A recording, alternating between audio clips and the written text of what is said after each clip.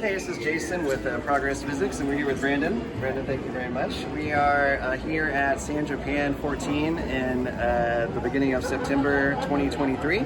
And so this is a retro video game museum that Brandon was cool enough to bring to the convention. And we're just going to talk to him about him for a second, his collection, and just get a couple thoughts about some of his hardware he's got here and what he really kind of prefers and thinks is extra cool. And yeah, just talk about that for a second. So just briefly, Brandon, I think a good starting point is where was your introduction, in any capacity to like the video game world, and kind of how did you start your journey there? Yeah, when I was a kid, my mom came home with a Sega Genesis with Sonic the Hedgehog 2. And that's really what sort of kicked it off. I remember late at night, me and my mom sitting in front of the TV playing Sonic. And then she beat Dr. Robotnik for me. Right on, dude. Parenting does not get much better than that. Yeah. Some good quality console time with the kids. That is definitely for sure. Right on. And then so, from playing there as a young kid with your mom, and then over the years, what would you say really catapulted you or evolved your affinity and love for gaming to where you got to this point to where you wanted to be a collector? How did that start out? I've always been really into hardware.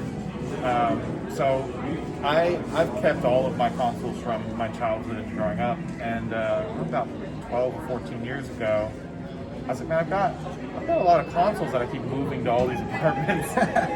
And rather than say I should get less, I said I should get more. I love that thinking. Yeah, and so I've just been, I collected for the hardware primarily, and so I've just been going around and just, buying things slowly over time, things that I remember that I wanted as a kid, or things that were just really interesting hardware-wise. I gotcha. So to that point, a lot of the stuff that we see in your collection is not just like random eBay purchases. They're actually things that you maintained from your childhood. Yes. You just saved it yourself and you used it, right? Yeah. That is cool. That is cool. And so essentially, I guess speaking of the history of gaming, there's just a couple questions we have for you on your thoughts on this. Where are some areas where you felt like the gaming tech really took off and really changed the landscape of gaming? Are there any systems or any eras where you felt like it just really, kind of ran into a new part of the gaming world? Yeah, I mean, you have to start that question with the Magnavox Odyssey here, which is the first home video game console. This really is what, brought it all. Yeah. Into the. This is the first home console. This is the first home video game console here. One of the ones that doesn't get a whole lot of mention, because Atari sort of stole the spotlight, would be the Fairchild Channel F over here, which again is another first. This is the first home video game console with cartridges. Wow, that's changeable amazing. Games. And what years were these released? 79 and 72. Wow, these are 1972. That is really, at this point, a pretty long time ago. Yeah. Now, at that point, were these popular sellers, or was gaming still really kind of like an unknown quantity for most families? Yeah, I mean, neither of them had massive market success. Sure. I mean, it sort of started a market, but neither of them really took off and became a thing. Sure. You got to start somewhere, and this was really the beginning of it. Yeah. I gotcha. Another interesting question I just had for you, which I guess really stems more from your own thoughts about just the lineage of gaming. Where do you? Because there's so many different types of games now. You can be obviously a console gamer, still computer gaming, phone gaming. Virtual reality, has obviously come on strong. Where do you see, if we were doing an interview with you, which we might, who knows, 15, 20 years from now, where do you see hardware gaming going from here? Just in your personal opinion. Yeah, I mean, I think we're in a period where I think it's pretty difficult to really predict where it's going to go. So if you think about it, all of the consoles these days are basically just computers. There's not a whole lot of differentiating between them. They've got almost the same specs. They're both running the same architectures and everything.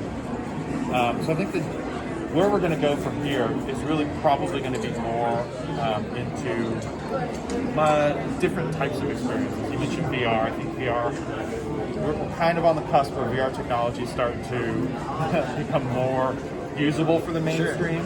So I think we can solve that problem. VR might when you're not wearing a giant headset, VR might be the next step to go. Yeah. VR might be kind of where these guys were then, where it's just not really caught onto by the masses at this point.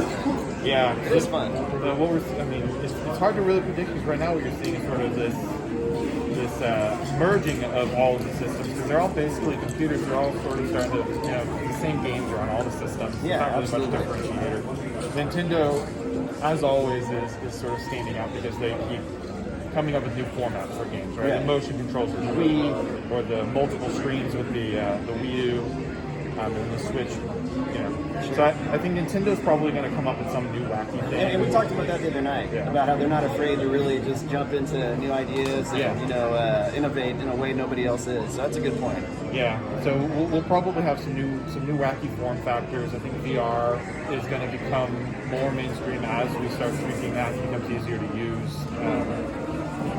So I think that the metaverse, I hate to say that, the metaverse, if we come back in 10, 15 years, we might see more of an evolution into that space for gaming as we get past this sameness hump that we're in right now. That makes sense. That's a good point. And then just so we don't take too much of your time, you still got Sunday to show people around your cool, amazing collection. Are there a couple things here in your collection that you brought to San Japan that you just think are extra interesting or have some aspect to them that you want to share with our audience really quickly? One of my favorite things about these old games is the way that they sort of made use of the limited technology, right? The Magnavox Odyssey here doesn't do color, it doesn't do fancy graphics. So instead what you have is overlays you put over the screens, right? You put a little static thing over the TV and that gives you a color. You showed us on that the other day, right? Yeah, and so one of my favorite systems is the Vectrex over there, where all of the games came with a little overlay. You would put it over there, and you have this just really crisp vector graphic screen. That's cool. These fun little. Look at it really fast. Let's go see what he's talking about.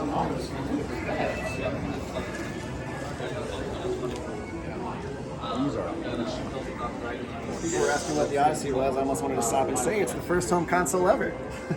Alright, let's see what Grant's going to show us here. You have this beautifully crisp vector graphic screen, and then you would put these lovely little overlays over the screen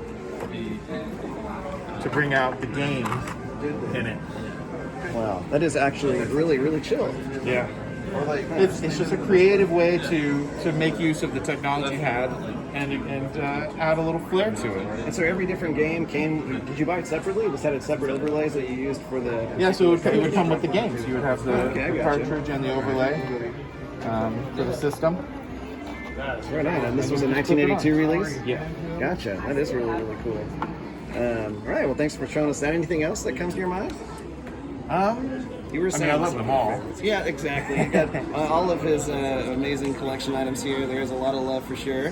Yeah. I was going to say, talking about how you've saved things from the past. So with current gaming systems now and the more modern technology, do you catch yourself, specifically holding on to that, thinking about the future, about when it one day will become a rare item as well? Or do you catch yourself focusing still on the older generation? I do buy every generation, and I do sort of. Part of that is because I think, I'm gonna someday have to put this in the museum. Right, exactly. Like even the Nintendo Switch has so many themed ones, like a Pokemon Switch or a Mario Switch, or there's so many variations, right? Yeah, but also again, I just like hardware, right? So even if I wasn't doing this museum, I would probably still be grabbing everything I could, just because I like to see the new advances. I like to see how they put these things together. It's the same thing with this computer collection, right?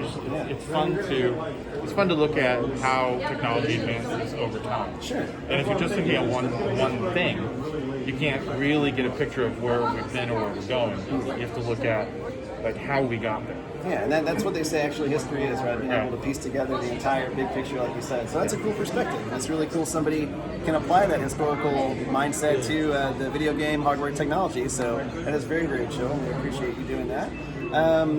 And lastly, we just want to say thanks again. We do have a little gift for you, by the way. Do we have our gift for him? Yeah. How's it, John? Okay, 1 second. Thank you.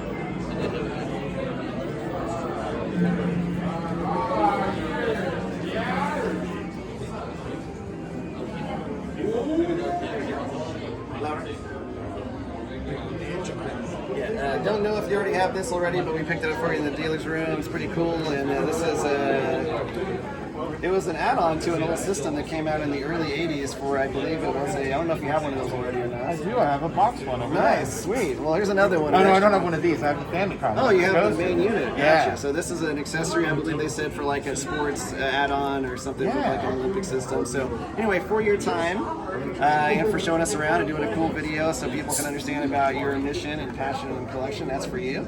And yes, to everybody out there, if you have anything you're passionate about and really love, find a way to share it with others, as Brandon is doing exactly that. So thank you so much for being here in San Japan and for providing this great service to all the guests.